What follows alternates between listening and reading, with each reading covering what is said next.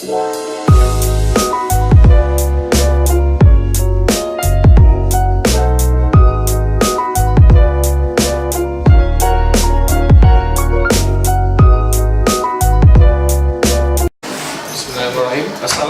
warahmatullahi wabarakatuh. Waalaikumsalam warahmatullahi wabarakatuh. It is a pleasure for us, Center for Constitutional Studies, Pusako, and Alas University, to welcome you, Mr. Mahmood, to our weekly English club. And this discussion also collaborated with the Faculty of Cultural Law, Faculty of Cultural Andalas University, and also there's Mas Koko here. Thank you for your attendance, sir. And as you can see from the flyer that we already distribute and we already published before, this discussion gonna discuss about the minority in majority perspective. But before Dr. Mahmood talks about it, he gonna talks about what is his purpose to come to Indonesia, and also a little bit secret about his research. Maybe it's your time first to talk about your research before, and maybe you can just continue to talk about the minority and majority perspective. No, maybe I'll do the other way around. Just start. First of all, thank you so much for having me. And it's a pleasure to visit the university and to address you all. So instead of making it in a monologue, I would be happy to share what I know and to learn more from you than I talk most of the time. So the research that I have been doing is kindly related to the question of minority majority. You can, since it is a very broad topic or broad theme, we can understand it as something in terms of a minority perspective. So once we talk about minority particularly, we always have a different forms and structures of minorities. It can be religious minorities, it can be ethnic minorities, it can be language minorities, it can be cultural minorities, it can be sexual minorities, as we know of different contexts, right? So within each of these, major minority categories, there are also specific categories. For example, in religious minorities, one aspect I can say is that there are even smaller minorities. Not like, for example, if we take Islam, which is in some places like in Indonesia, it is the majority religion, whereas in India, it is a minority religion. In Pakistan, it is it's majority religion. But Pakistan, I think, if I am not wrong, India has more population, Muslim population than Pakistan. But still, it's a minority community, right? So the numbers as such doesn't matter, but still, once it comes to the larger question of religion, it becomes a minority. And then within the minorities, within the religious minorities, there are different, most known minorities such as the Sunni, Shia, and within Sunnis there are different groups, and within Shias there are the major or the majority group and then the minority groups who always fight. There are a lot of contentions between all these groups. So in my research, I take a different minority, that is in terms of the role of lineage and gender. So gender minority or lineage minority, you can say. Most of the Muslim communities all over the world follow patrilineal systems, right? Whereas I follow rather minority community within this patrilineal or within the Muslim community, that is the matrilineal Muslims. So whether in Indonesia or anywhere else, the matrilineal communities are rather minority groups. So the most known and well-researched area is Minangkabau. But in my research, what I have been trying to do always is to look at almost all the phenomena in a larger spectrum.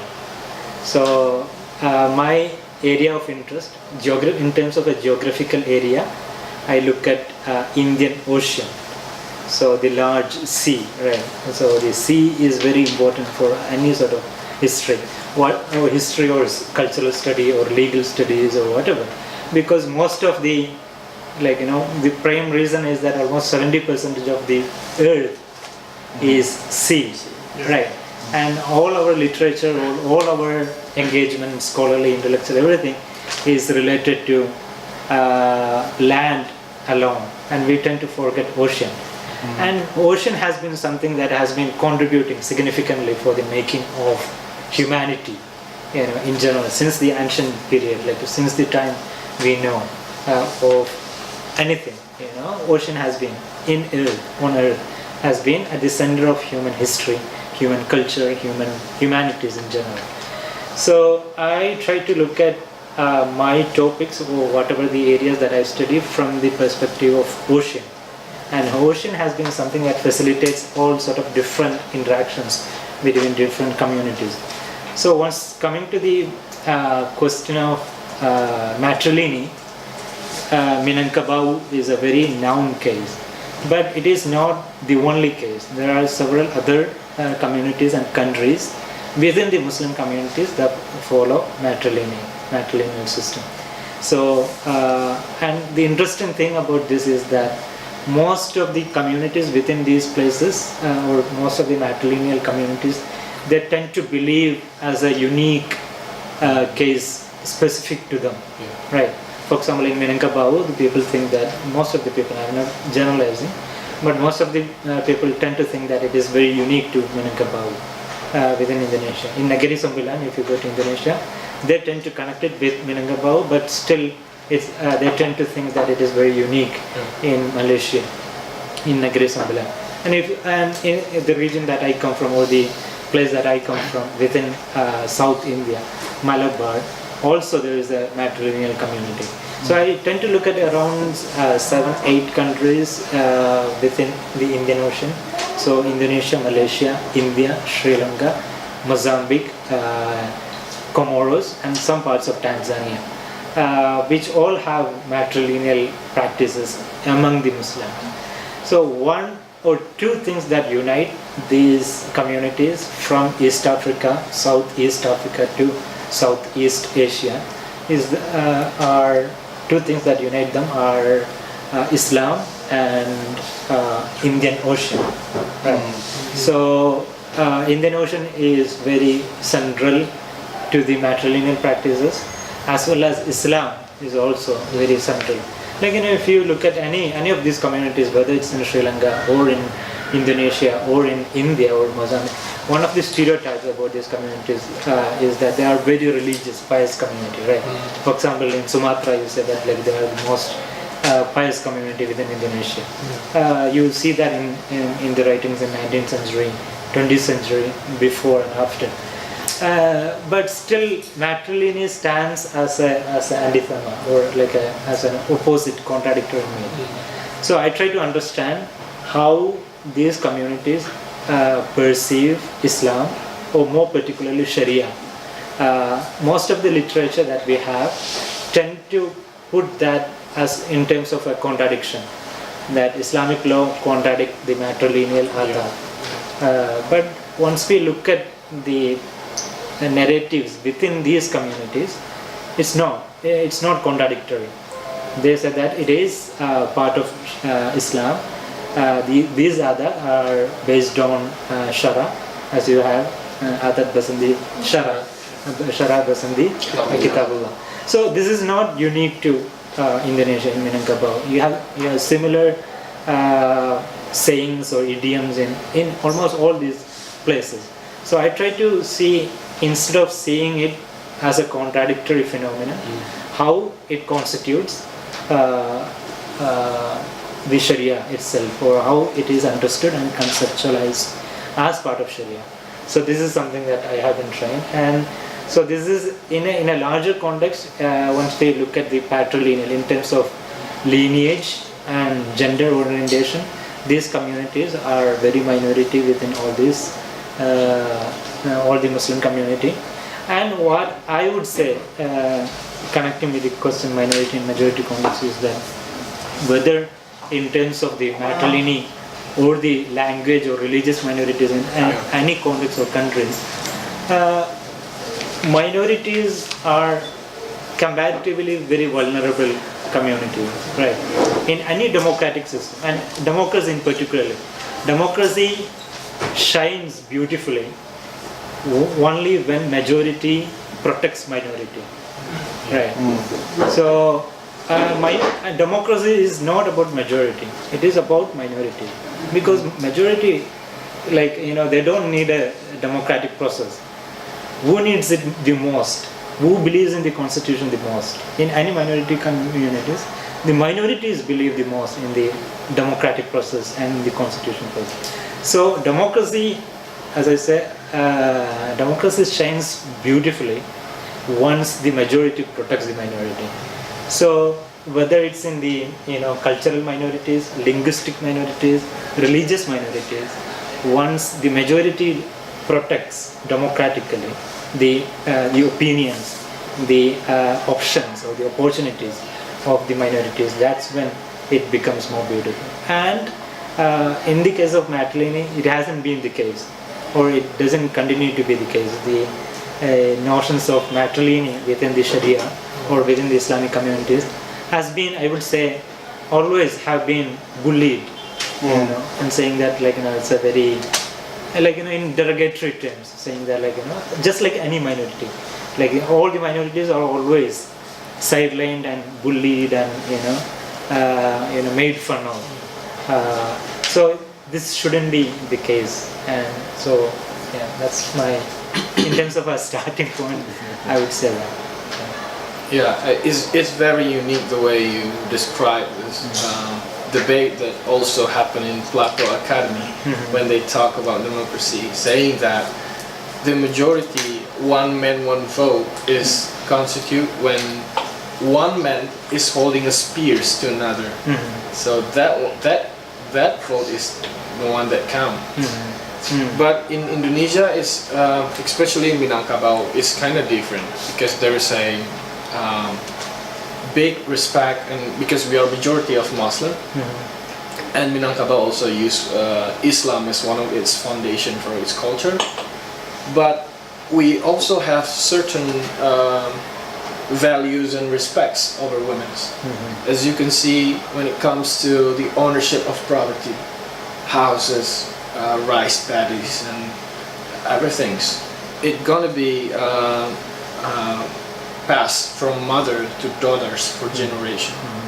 So it is one of the biggest value that different Minangkabau from another matrilineal in Indonesia.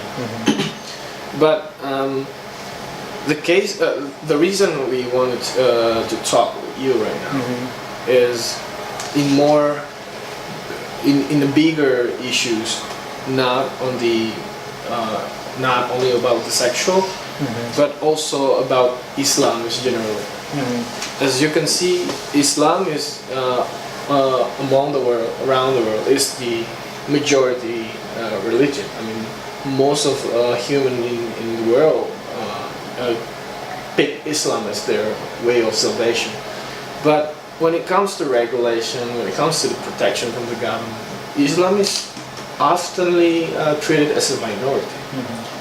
One of the recent incidents that happened right now is the shooting assault in New Zealand and also in Utrecht. As we can see that it is one of the fruit of the Islamophobia. In your perspective, and especially under the perspective of academics, how the government and the country should react over this incident? I think the New Zealand case is a very unique for the ways in which the government particularly reacted to the shooting. Unlike many other countries, whether in the West or in the East or other places, New Zealand has been very supportive of the victims in the shootings. So they are very, like a model for other countries, in the ways in which the minorities, Muslim minorities, are treated in different parts of the world. Whereas I would say that having recognized the ways in which the Muslims are treated in different, mainly Western countries, but also the Eastern countries. China is a best example of the Islamophobic acts they continue to do, especially against the Uyghur Muslims. It's almost like a Muslim Holocaust, you can say, in the ways in which many of them are treated and imprisoned and executed in different forms. So in all these regulations or all these happenings, or whether against Muslims or perpetrated by Muslims themselves, the most important thing is to understand the vulnerable situations in which each community collectively goes through. So there is a larger narrative that runs through constitutionally, right? Almost all the constitutions all over the world tend not to discriminate the minorities. I'm not generalizing. Again, there are several countries that still do not recognize many minorities as part of their constitution. So you have to follow, say, one of the 5 religions, or you have to follow one of the 5 language groups. So even minor communities that do not belong to either of these religions, they are very vulnerable. They are not recognized. So the constitutions, in that sense, in most places, they have specific rules and regulations related to protecting the rights of minorities. But more than the constitution, what matters is the narratives, whether the political narratives, religious narratives, social narratives, in which the popular consciousness runs against the minorities. Right. So the constitution might be ensuring something, that everyone is treated equal, and France is the best example of this. France as a nation, as a modern nation, evolved in the question on the questions of fraternity, equality, right, and all sort of this universal values. But once we look at the contemporary or the current France has been one of the most Islamophobic countries, right?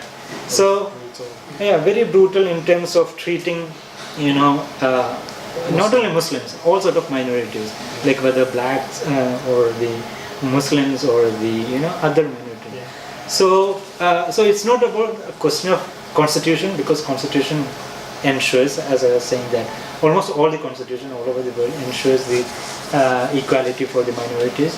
But the popular narratives and the public consciousness runs just opposite to that.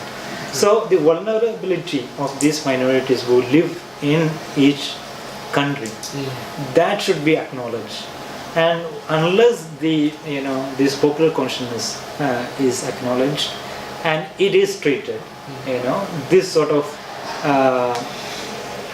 attacks will continue to happen.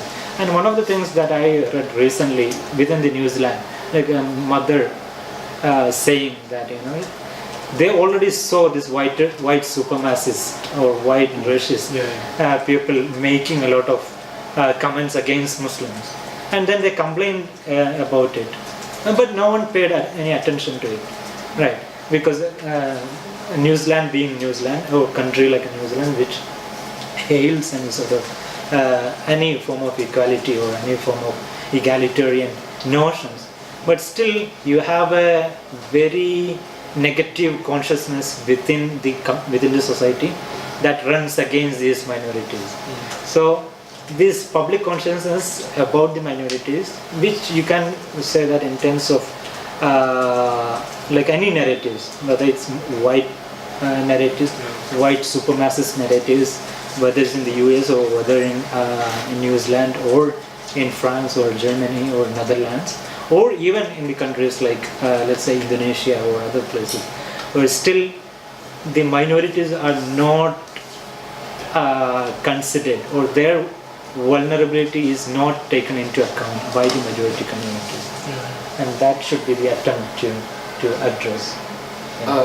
I noted some of your statement about how the country tried to generalize religion, like they set some kind of standard where there's only 5 religion, and you gotta choose either one of them.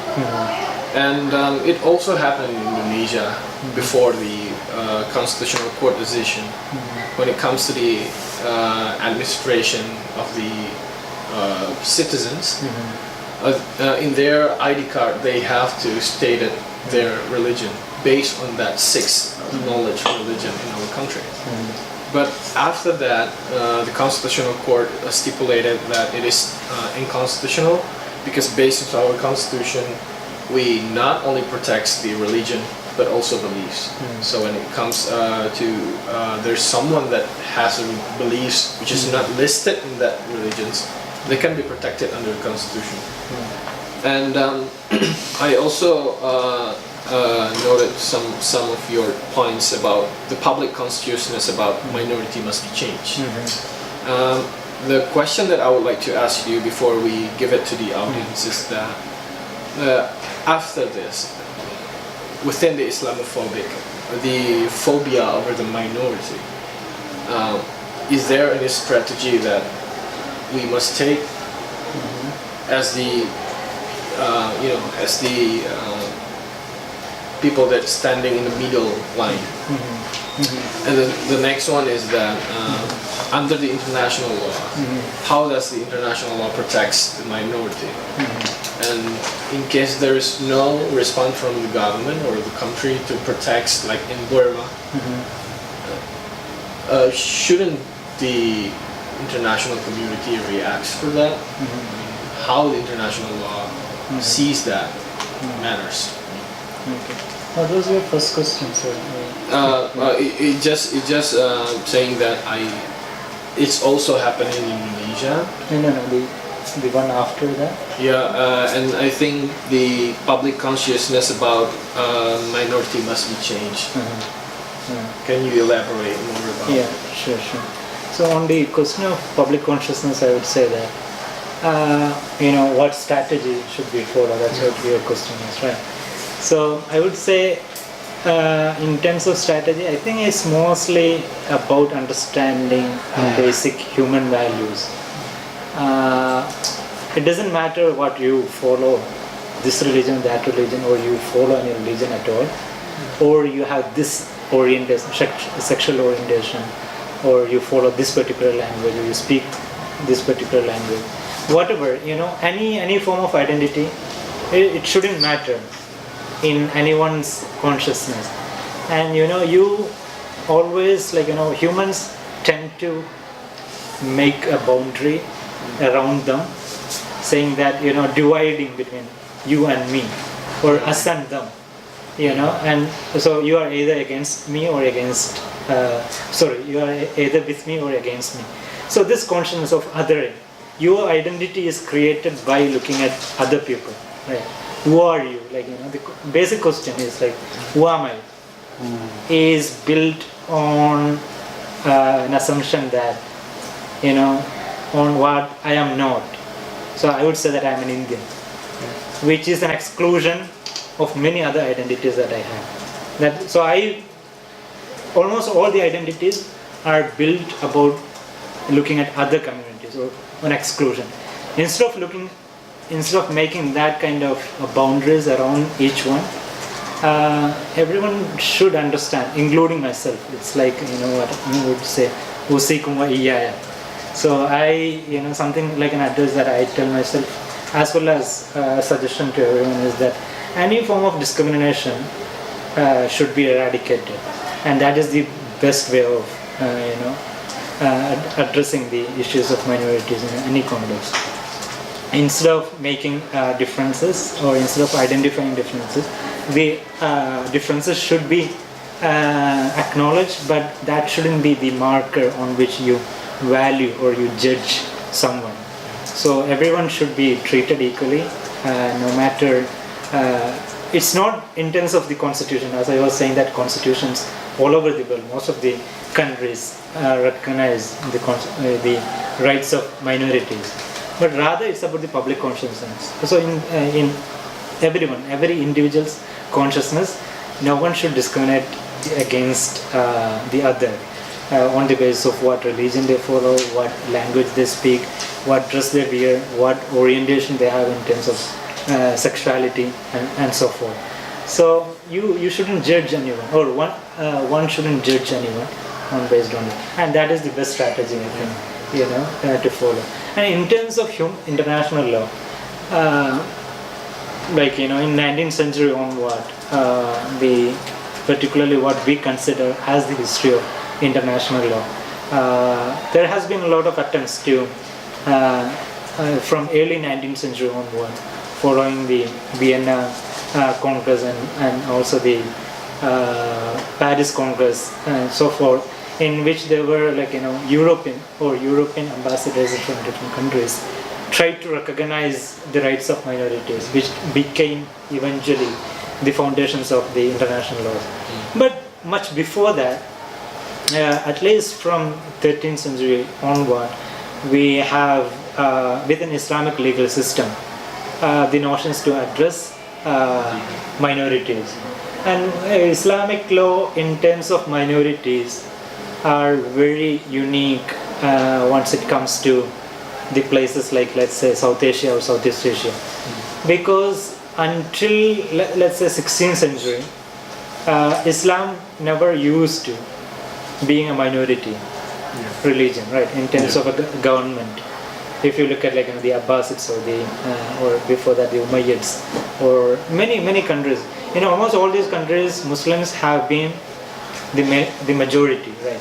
And by the rise of Ottoman Empire, like in 16th century, Ottoman Empire, Safavid Empire, or the Mughal Empire, as well as the Aceh Sultanate, all these sultanates or empires, if you look at majority, at least the ruling governments were Muslims in all these contexts. And Islam or Islamic law as such is not used to being a minority. So fiqh al-aqaliyya, or the minority law, did talk about and it was very discriminatory in terms of the minorities living under the Islamic empire, like whether Jews, Christians, or the non-Ahlul Kitab. It used to be discriminative, but Muslims began to be a minority historically, but after 13th century and 14th century onward, when Muslims lost big empires, and Muslims, for example, in small kingdoms such as the place that I come from, ruled by Hindu kings or Christian kingdoms, in Spain, for example, late 15th century onward, Muslims began to be they lost their power there, and then they began to be minority. So that's when Muslims started to understand themselves as a minority, and the fiqh al-aqaliyat as a discipline, as a sub-discipline within fiqh began to develop. So even though the European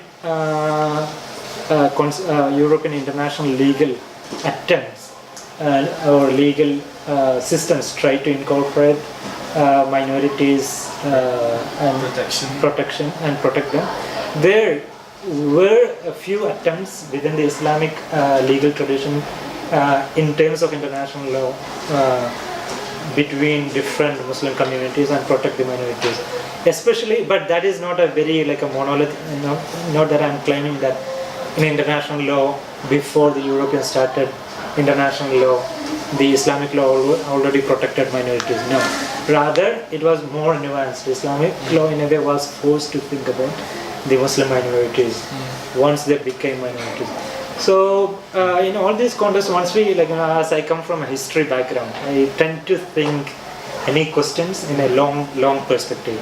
So it's not only a question of Burma, where the Muslims are not supported by the government once they're persecuted, but it's rather part of a long historical process in which beauty of human rights, even though one of the professors from the US used to say that human rights as it stands now, human rights law.